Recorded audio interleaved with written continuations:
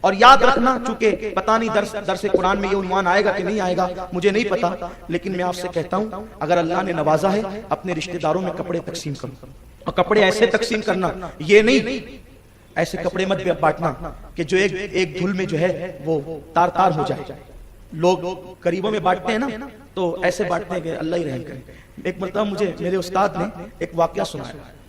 واقعہ یہ تھا، ہم لوگ سفر میں تھے، استاد گرامی کہہ رہے تھے سید صاحب بتائیے کہ سید صاحب نہیں بلکہ وہ باپو کہتے ہیں پیار سے کہ باپو بتائیے کون دل والا کون ہے، دلدار کون ہے اور مالدار کون ہے. میری عادت ہے بڑوں کے سامنے کم بولتا ہوں، اس لیے کہ بڑوں کے سامنے کم بولیں گے تو چھوٹوں کے سامنے زیادہ سنانے کی صلاحیت پیدا ہوتا ہے.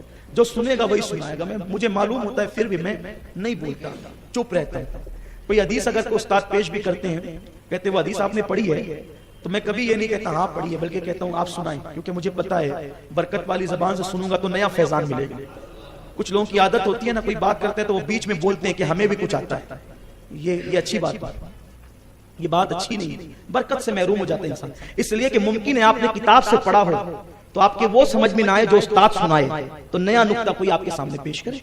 تو استاد نے فرمایا کہ مالدار اور دلدار کون ہے؟ میں نے کہا آپ ہی بتا دیں. تو حضرت نے مجھ سے فرمایا کہ ایک عورت تھی، وہ ایک سیٹھانی کے گھر میں کام کرتی تھی. اس سیٹھانی کو رمضان شریف میں اس مزدور عورت کو گفٹ دینے کا موقع آیا، اور اس غریب عورت کو بھی رمضان شریف میں سیٹھانی کو گفٹ دینے کا موقع، یعنی دونوں ایک دوسرے کو گفٹ دینا چاہتے تھے. تو سیٹھانی جب گئی دکان پہ تو کہتی ہے تیری دکان پہ جو سب سے ہلکا کپڑا ہونا وہ بتا، کیونکہ مجھے اپنی مزدور کو دینا یہ کپڑا. اور جب وہ مزدورن گئی نا دکان پہ تو کہا تیری دکان پہ جو سب سے قیمتی کپڑا ہے وہ بتا، کیونکہ مجھے سیٹھانی کو دینا ہے. تو حضرت نے فرمایا کہ اب بتائیے کہ کون دلدار اور مالدار ہے اور کون غریب ہے؟ ارے جس کے پاس قیمتی گفٹ ہے وہی تو مالدار بھی ہے، وہی تو دلدار بھی ہے. تو ذرا اللہ کی راہ میں ایسا دیا کرو کہ وہ چند مرتبہ پہن لے. لوگ مؤذن اور امام کو لا کے دیتے ہیں ایسے کپڑے کہ بیچارے سلانے میں بھی شرم آئے. کتنے کپڑے ہیں؟ بولے 14 ڈریس، ایک بھی نہیں سلائے گا امام. کپڑے ہی ایسے لاتے ہیں. کون سے کپڑے آ رہے ہیں؟ 30 روپے میٹر والا 40. کس کو پہنانا ہے؟ امام کو. بتا میں تجھے کس منہ سے یاد کروں؟ میرے الفاظ سخت ہو تو مجھے معاف کر دیا کریں، لیکن بات تو ذرا دیکھیں. اب عید کی نماز پڑھ کے تو 200 روپے میٹر کا کپڑا پہن کے آئے گا عید کی نماز پڑھنے، اور جس کے پیچھے پڑھنے آئے گا تو اس کو 30 روپے میٹر کا پہنا رہا ہے. تجھے شرم نہیں آئی؟ جو تیرا امام بن کے کھڑا ہے وہ 30 روپے میٹر کا پہنے اور تو 200-300 روپے میٹر کا پہنے. سوچ تو صحیح. حضور علیہ السلام نے فرمایا تمہارا ایمان اس وقت تک مکمل نہیں ہوگا جب تک کہ جو چیز تم اپنے لیے پسند کرو وہی چیز اپنے مومن بھائی کے لیے پسند نہ کرو. اور اگر امام نے قیمتی، اچھا امام اگر وہ 14 وائٹ ڈریس جو ملے تھے نا مارکین کے، ٹیری کاٹ کے، 100 کے، اگر وہ نہیں پہنے تو امام سب کے سامنے جو امام صاحب سب جا رہے ہو ایک ساتھ، امام صاحب وہ آپ نے کپڑے سلائے نہیں ہو جو میں دیا تھا؟ لا حول ولا قوت الا باللہ. یہ حال قوم کا. 14 مت دو، 4 ہی دو، لیکن ایسے دو کہ تمہارا امام کہیں پہن کے جائے تو لگے کہ قوم کا امام آیا ہے. سوچ بدلو، سوچ تبدیل کرو. یہ حال ہے میری قوم کا. اگر یہ قوم مانگنے کے وقت کی قدر کرتی تو اس قوم کو کبھی دوسروں کے آگے ہاتھ پھیلانے کا وقت نہیں آتا. اس قوم نے مانگنے کی کبھی خدا سے نہیں مانگا، بندوں سے مانگتے رہے.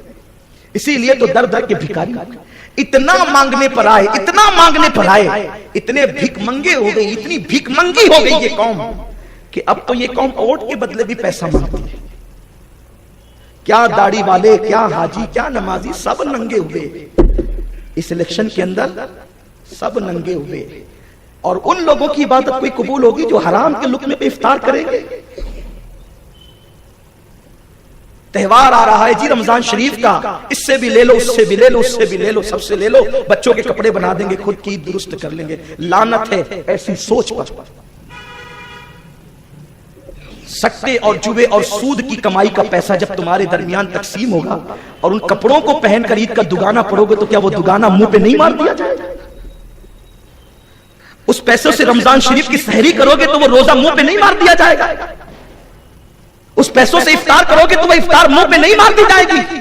سرکار غوث الاعظم دستگیر نے رمضان المبارک کی شروعات میں قوم سے کہا تھا اے میری قوم تم رمضان شریف میں حلال پانی اور کھانے سے تو احتیاط کرتے ہو مگر جب تم افطار کے لیے بیٹھتے ہو تو تم لوگوں کے خون سے روزہ کھولتے ہو. لوگوں کے خون سے روزہ مت کھولنا ورنہ وہ روزہ قبول نہیں ہوگا. تو لوگوں نے کہا تھا ہم تو پھل فروٹ سے کھجوروں سے پانی سے روزہ کھولتے ہیں, ہم نے کب جو ہے خون سے روزہ کھولنا ہے. تو فرمایا جو لوگوں کا مال دھوکہ دہی کے ساتھ لیتے ہو وہ خون نہیں تو اور کیا ہے. آپ کا قصور نہیں ہے نہ ادھر ادھر کی تو بات کر, یہ بتا کہ قافلہ کیوں لٹا.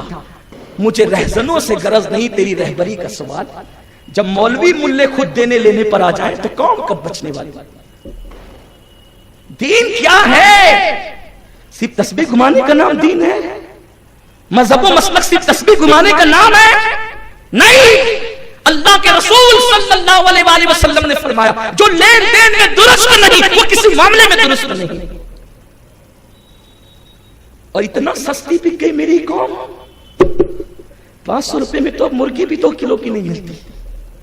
وہ آبریٹ کی بات نہیں کر رہا ہوں, جس کو کھا کر آپ بیمار پڑ جائیں وہ دیسی مرغی 500 کی بھی 2 کلو کی نہیں ملتی. تم 500 پہ بک گئے, لوگوں نے تمہیں خرید لیا. خدا نے تو تمہاری قیمت بہت بڑی بتائی تھی. ان اللہ اشترى من المؤمنین انفسهم واموالهم بان لهم الجنہ. اللہ نے تمہاری جان اور تمہارے مال کو جنت کے بدلے خریدا. تیری قیمت جنت ہے, 500 روپے نہیں ہے. اور آج جیت کا جشن ایسے منا رہے ہیں جیسے کوئی ان کی عید آ گئی. پٹاخے پوری گلے کوچوں میں پھوڑے جائیں.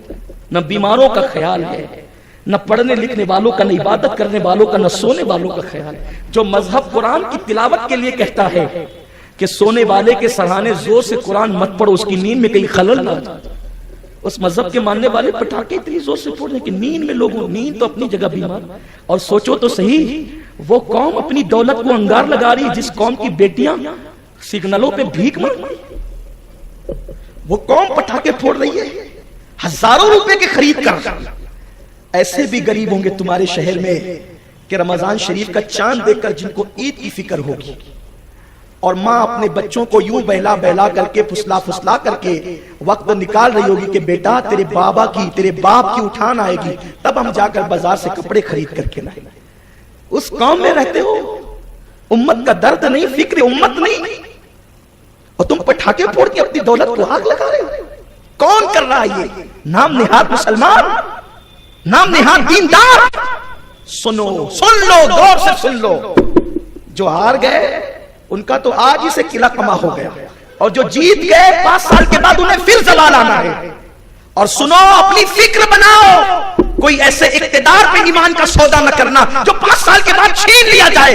ہم تو اس اقتدار کے قائل ہیں کہ قبر میں جانے کے بعد بھی جو اقتدار چھینا نہ جائے اس کی طرف کوشش کرو, اور اس اقتدار کو ولایت کہتے ہیں. 800 سال ہو گئے غریب نواز قبر میں جا کے آج بھی ہند پہ حکومت کر رہے ہیں. کیا تمہاری حکومت اور کیا تمہارا الیکشن. لعنت کرو ایسی چیزوں پہ, لعنت بھیجو ایسی چیزوں پہ. لیکن یہ بات قوم کو کون سا, امین القادری تو آنکھ کا کاٹا ہو گیا نا, آنکھ بولتے بولتے. غالباً اقبال نے یہ بات کہی تھی. کہتے ہیں اپنے بھی خفا مجھ سے ہیں, بیگانے بھی ہیں ناخوش, میں زیر حلا حل کو کبھی کہہ نہ سکا کانت. یہ آج حالت ہے. ملاؤں کا ایمان بکا, مولویوں کی پگڑیاں بکی, داڑیوں کی آبرو بکی.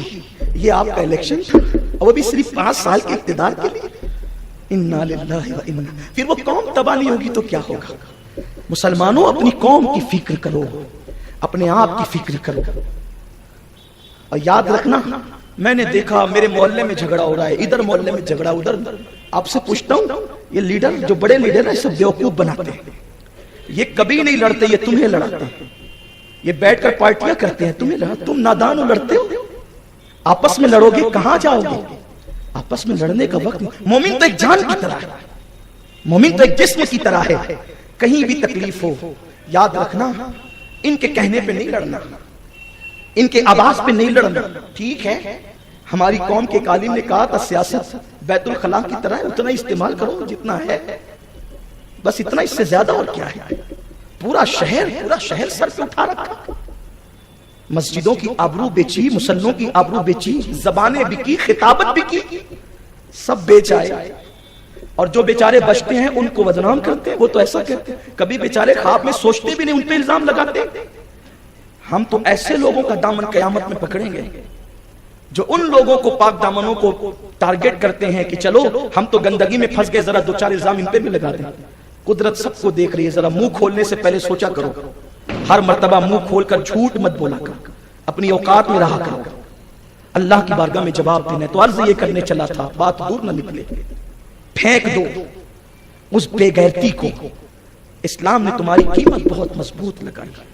آپ جانتے ہیں کیسروں کسرا کے تاجدار جس قوم کو خرید نہ سکے، وہ محلے کے معمولی سے کارپوریٹر تمہیں خرید لیتے۔ سوچو تو صحیح، ان تک یہ پیغام پہنچاؤ، میری قوم تک یہ پیغام پہنچاؤ۔